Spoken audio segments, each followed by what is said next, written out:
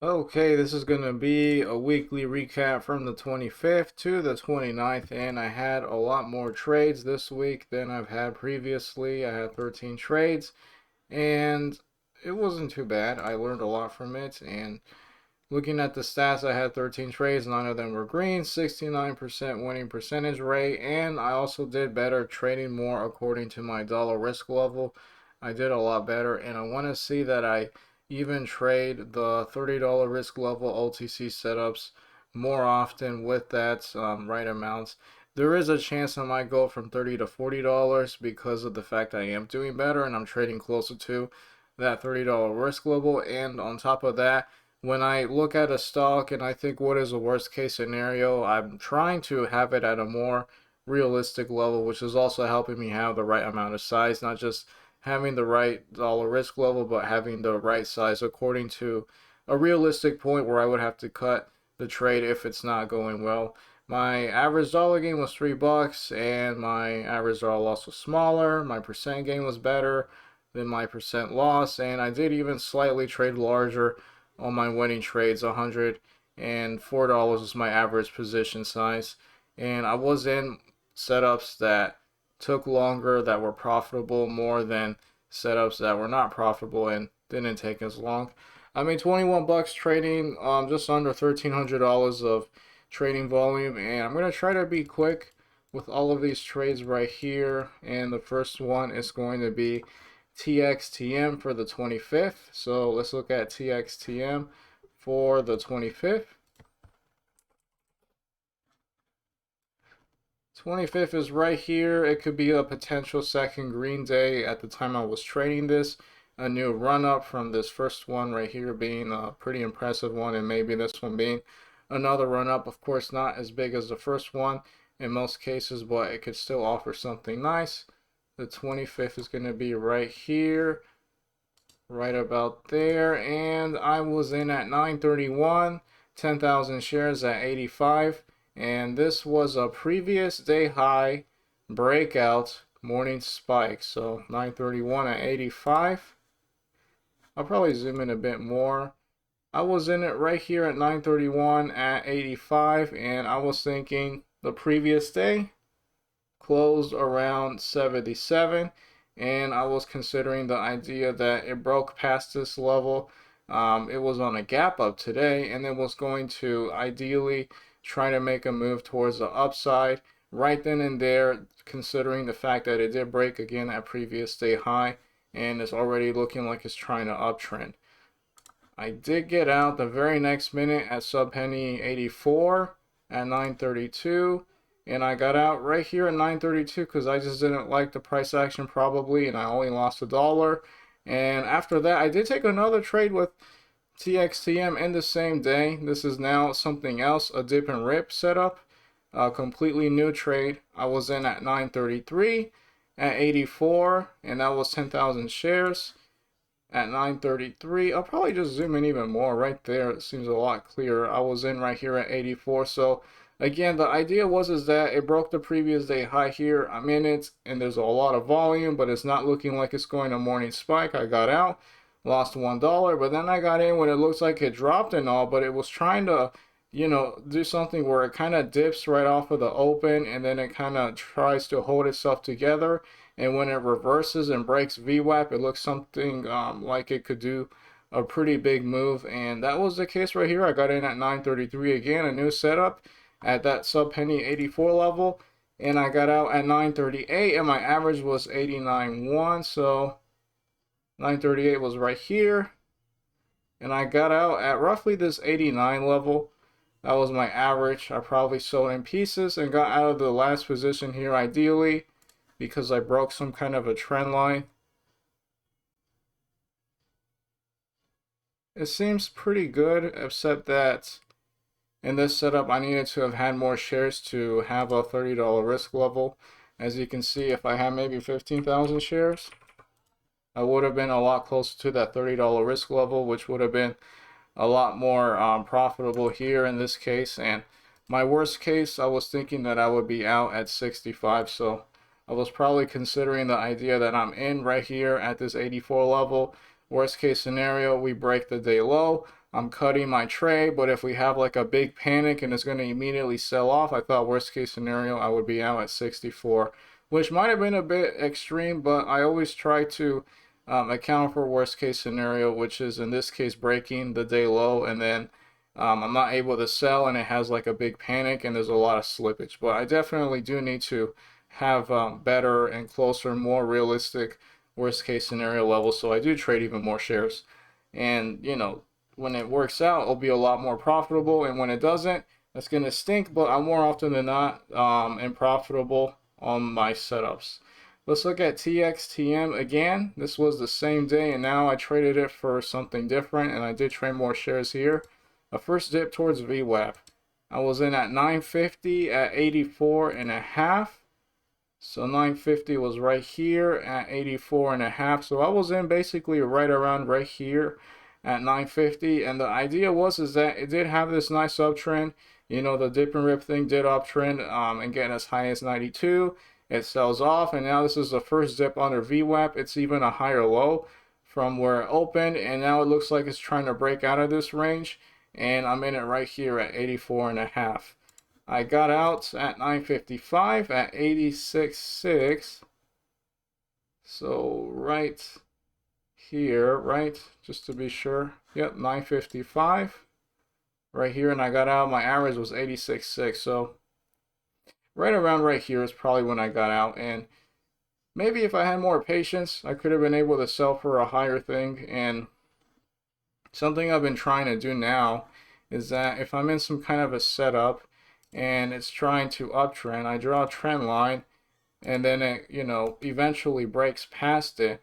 But my idea is that I'm in the setup, I'm selling in pieces, and then I sell more when it breaks the trend line. But I want to be able to allow it to be a potential higher low off of the original level, and then I can sell into a higher spike, ideally if it continues the uptrend. And this thing did get much higher. It got back into the 90s. And that's definitely something that you can see later on. I try to trade accordingly and be more profitable. Let's look at the next trade, which is EMGE on the 26th. And this one was another dip and rip, and I put this one was imperfect, so I didn't think it was the best candidate for a dip and rip setup, but I still traded it. Let's look at EMGE for the 26th. And it's going to be right here. Right around right here. The 26th is going to be this day. And I'll probably just highlight it a bit closer. I was in at 936 at 243. 946? 936. 936 was right here, and I got in at 243. So that was right here when I got in. And that was essentially the case. It kind of opened right here. It had a dip, and now it's turning around, and it's also again playing off of that VWAP level. I probably thought this was an imperfect morning panic bounce play because it opened a lot lower than this first or at least this previous big green day. As you can see, it closed right here, and then we opened much lower. That's why I said it was imperfect, because ideally on a dip and rip setup, the stock is having its second green day, third green day, and is breaking the previous day high, but it had a little dip before it makes a morning spike. This one was a bit different again because it had that gap down from this previous day. It opened much lower. I did get out at 938 at 2664, so 938 was right here, and I got out. My average was 2664, so right around right here is when I got out. And yeah, this also plays with the thing I was talking about, where in this case, I got out of this one. I probably got out of it because it was just a bit too nerve-wracking, but this is something where actually it looks like it's still going to hold the trend line right here, even based off of this candle, where yeah, it breaks the trend line, but this one kind of consolidated past the trend line level, and then it made another leg up. I really looked back at this trade, and I feel like I could have done better with it, but this was a nice step in the right direction, and it just threw me off that I was in a setup that worked so nicely. Again, I was in at 24.3, but the thing also got as high as this 32 level, which was a massive move. At least I was able to trade it and be a part of it, but that was something I was trying to develop, the idea where when it's uptrending, it breaks the trend line.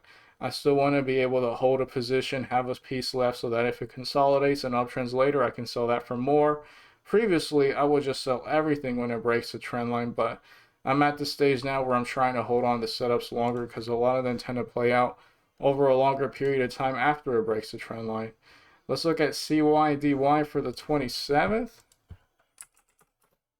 The 27th is going to be right around here, just to be sure. Yep, 27.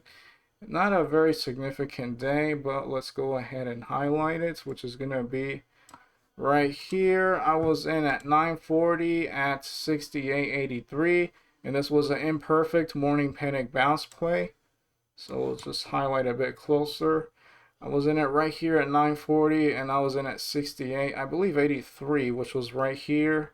I considered it as a morning panic bounce play. I mean, it did kind of drop from 75 to 68, but it just doesn't look that clean. It doesn't look that, you know, perfect for a morning panic bounce play. It's doing everything it needs to do. It just looks kind of ugly.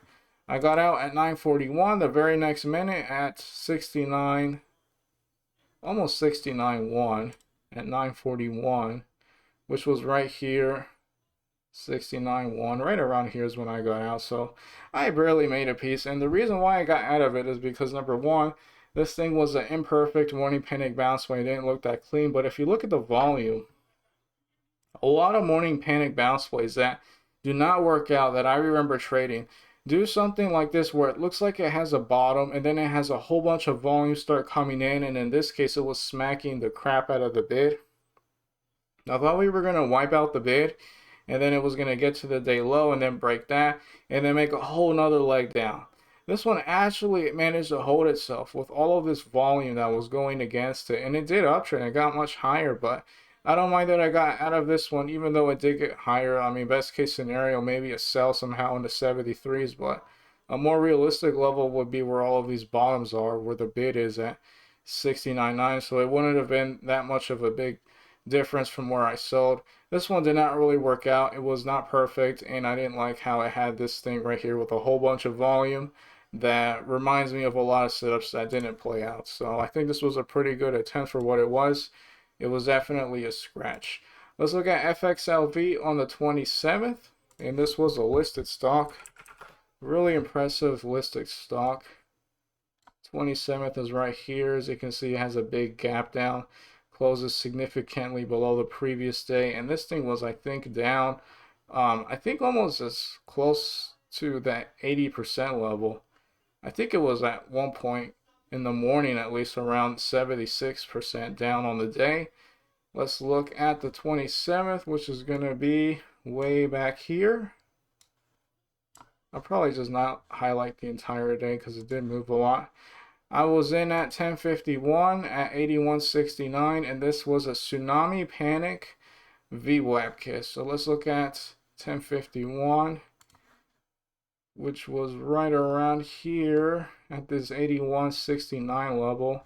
I'll zoom in a bit more, but it still might be kind of hard because this thing moved a lot and it's not the easiest to look at. I was in it right here, and I thought this thing eventually was going to make a move towards VWAP, and I liked it because it had an inverse head and shoulders pattern. This was a shoulder, the head, and then I thought this was like a very tight shoulder, and also this thing was getting around that 11 a.m. time period where a lot of stocks that actually do make a move towards VWAP after it's been down for such a long period of time does it around that time period. So I got in it for that reason, and this one did work out. As you can see, it did get to VWAP, and I got out at 1059 at 85.52. So 1059 was right here when I got out at 85.52. So that was my average. I sold in pieces on the way up, and I was out right around here. Again, this was the same thing where this thing had a trend line, and I was probably trading it according to that trend line. I don't remember where I had it anymore. If I had to guess, maybe something off of this, right? And you can see how it breaks it immediately right here, but then it held this level higher than the previous level, and it got to VWAP. And I even missed out on more setups. I could have traded this, which was the same setup but now the second higher low. I could have traded it once it started to go back and forth above VWAP to the point that it was making a move towards the upside, and this was another move right here. Ideally, I can be able to be a part of this in the future and trade it better. And this was a listed stock, but I've seen this a lot with OTCs, and this one was a pretty impressive stock because I was in the 81s and I sold in the 85s, and it got to VWAP, which is the 90s, and it even got to $1.60, which was a double from my entry. And then of course the next 2 days it got into the $2 range, I believe. So yeah, I hope I can trade this a lot better, and if you want to see where I go over this in more detail, you can check out the video I published on the 27th. Let's look at the next trade, which is IGEX. Another dip and rip, and this one did not work out. IGEX for the 28th. And here's the 28th right here. Let me zoom out because that looked ugly. The 28th is right here. Again, dip and rip setup, and this would have been ideally the third green day. It did not happen. The 28th is going to be right here. And I'll probably zoom in a lot more because it was just a dip and rip setup. I was in at 935, sub penny 53. So 935 was right here, and I was in at 53. I thought I did it, you know, it just downtrended, right? Traded kind of back and forth below VWAP, and then I thought, hey, the momentum looks like it's going to change. I'm in at 53. It's going to break above VWAP, and then it's going to uptrend some more.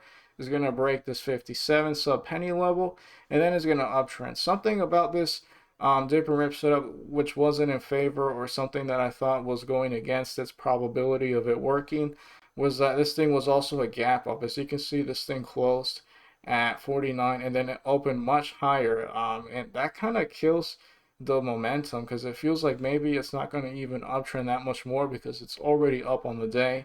And that's what ended up being the case with this one right here. I did get out the next minute, 936 at 53.4, so I probably try to get out break even, although I managed to sell some pieces for a higher number, maybe 54, and that ended up making me be just a little more profitable. But yeah, it didn't work out, and I just didn't like the price action. As soon as I got into the trade, I thought it was going to be a very quick turnaround, especially because this was like a momentum candle where it's just downtrending, and then here it looks like it's trying to uptrend. It just didn't really do it, and as you can see, it did downtrend the rest of the day, which wasn't ideal for you know, that stock to continue and make a third green day. But this was a pretty good attempt too. Let's look at FXLV for the 28th. 28th is going to be right here, the second day, and it is an uptrending day. Let's look at the 28th, which is this massively uptrending day. I was in at 1213 at 147.45. So right around here, 1213, right here, and that 147 level. And the idea was that this thing was going to break the 150 level, which I thought was like the nice round number, even though it's already breaking past what you can say is a high day at 146. I wanted it to break 150 because I thought that was like a more solid number compared to 147, and that's what it ended up doing. As you can see, it was like a few attempts for it to get to 150, and then it eventually did it and got much higher into the 180s. But I did get out at 1226 at 148. I'll just say 149 because I was kind of close at 1226. Right around here is when I got out, and that was my average. It was, you know, a little higher than my entry. And what essentially happened was that I wanted it to break, you know, the high of day 147, which it did, and then I wanted it to break 150, and then I thought it was going to be like a short squeeze, and it was going to uptrend, and it was going to be a lot of volume and momentum behind it, and it just didn't really do it. It did break past it and it got much higher, but this thing took a really long time, and I wasn't in it for that type of price action.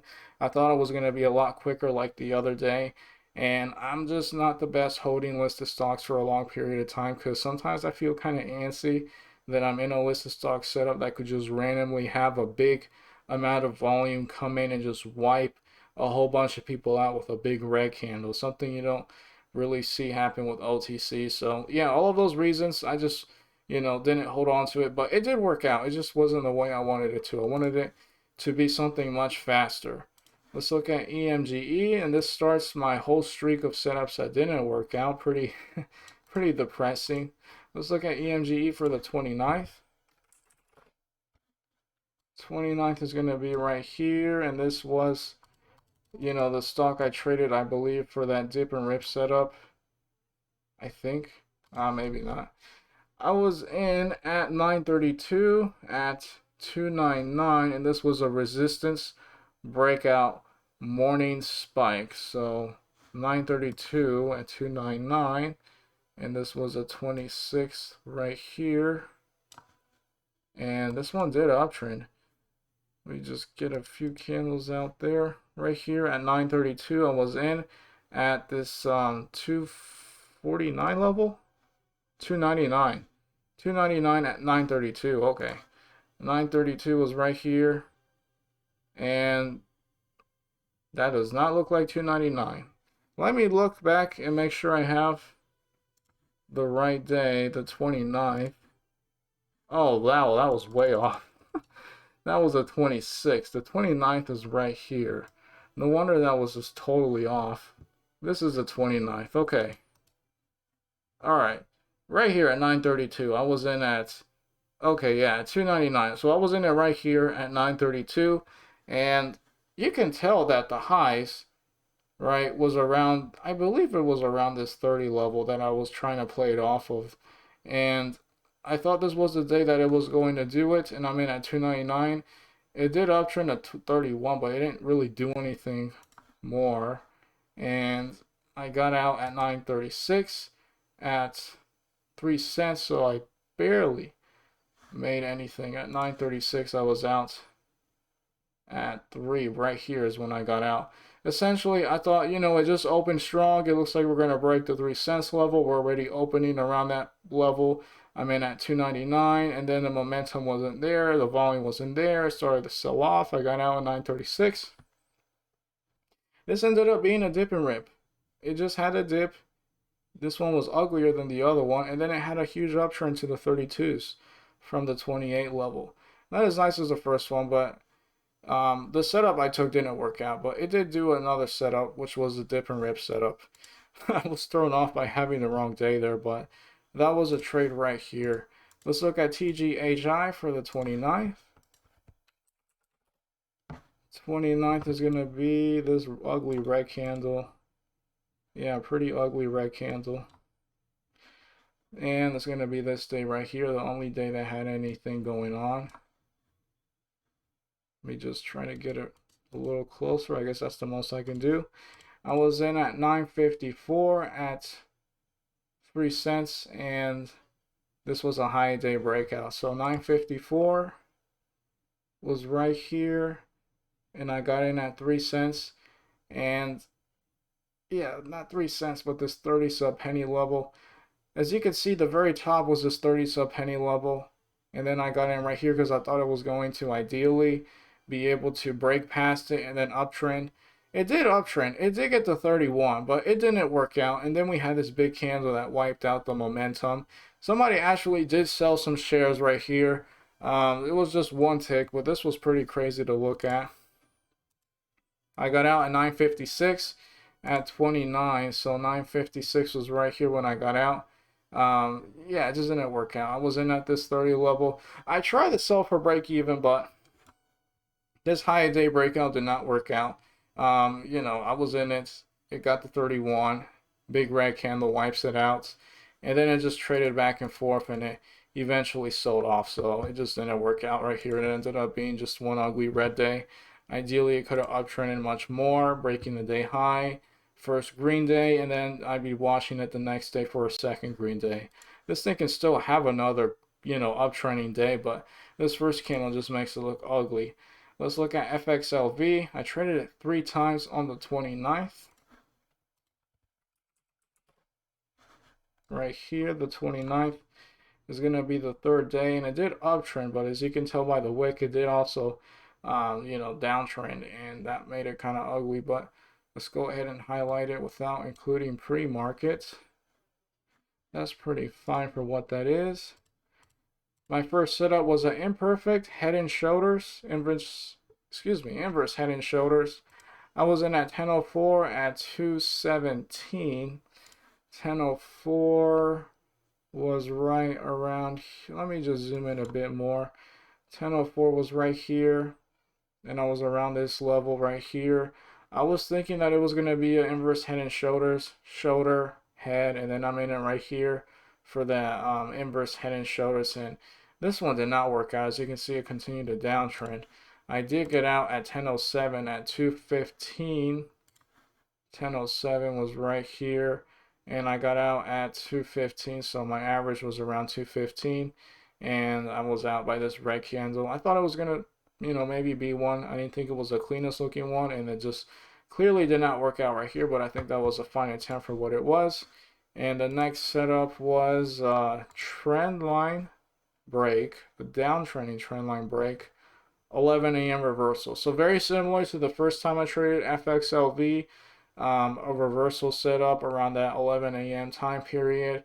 No inverse head and shoulders here. This thing just broke a downtrending trend line. So we'll probably zoom out a bit more, but I was in at 1104 at, I'll say 195, 1104. Actually, no, it still looks kind of nice right here. 1104, I'll draw the downtrending trend line. In theory, it was something, maybe something like this, right? And this thing wasn't perfect because I wanted it to not just break past this downtrending trend line, but I wanted it to do something where it breaks past the downtrending trend line, kind of trades back and forth, and then it has a dip, but it's now away from the downtrending trend line, and then it reverses. And as you can see, it did it right here, exactly what I wanted it to do, where, it breaks past it right here, it has a dip, but, it's now starting to be at a distance from the trend line once it started to regain itself. And it just didn't become a setup that I could have taken right here, because after I got out of this setup, which I still haven't really gone over yet, I was kind of thrown off, but I did trade it one more time after this. Again, 1104 at 195. Right here, 195. I thought, okay, it breaks the trend line, maybe a baby dip and then a second one, and I thought maybe that's all it's going to be able to do. And I'm in at 195, and ideally it starts breaking past these resistance levels, and then it gets to VWAP. And I did get out at 1111 at 193. So right here. And when it just looked like it was going to continue the downtrend and then break this little range that it was having, that's when I got out at 1111, which saved me from this downtrend right here into the 180s. But I just wasn't feeling good after having all of those red setups that didn't work out.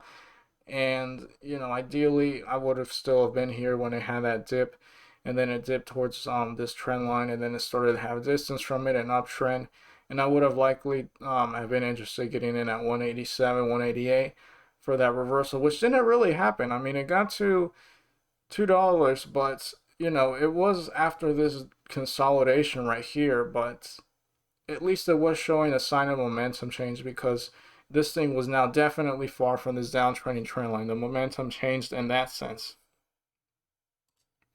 And I did have one more trade, and I'm happy I traded this one. The 29th was kind of crappy because I had all of these setups that didn't work out, but the last one did work out, and this one was a lot better and a great way to close it. This was now a downtrending trend line break, 11 a.m. setup, reversal, and now we have the inverse head and shoulders. Let's go ahead and go over that. I was in at 1138 at 94.92. So 1138 was right here, 1138 at this 194 level. Same setup as before, but now we have the inverse head and shoulders like the first time I traded FXLV on the first day that it was down. Shoulder, head, and then I thought the shoulder was right around right here, and I was in at 1138. This one worked out nicer. I wanted that big dip, but now this dip also made it an inverse head and shoulders. As you can see, it did get to that $2.03 level. and I sold in multiple pieces. I tried to do something which has been something I've been working on. 11.55 I got out and it was 198.5. So 11.55 was right here when I got out of my last piece, and my average was 198.5.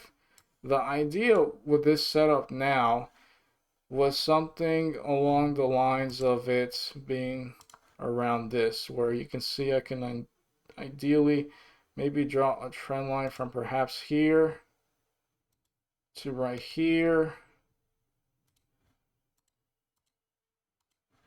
And then I was in at 11.38 and I got in the setup. And then I thought, okay, this is great. And then I had this uptrending trend line. And then when it breaks it, ideally I would be out of everything by then and there. But I thought, all right, it clearly broke the uptrending trend line. And just to be exact, I think it wasn't even a line off of here. I think the line I had was right here, because I was in at 11.38. Right here, 11.38. It was uptrending. I was selling in pieces, but then when it broke the trend line for the first time, I thought, okay, this is my chance. I'm going to hold on to this setup. It broke out of this trend line. Ideally, I'd be out of it completely, but I've seen a lot of setups, and I think with this video here, you guys can see other setups where it uptrended much further past the original trend line break, like EMGE. I thought this thing could have ideally broken this trend line, consolidate, make a higher low off of the previous level, and then it can make another move higher.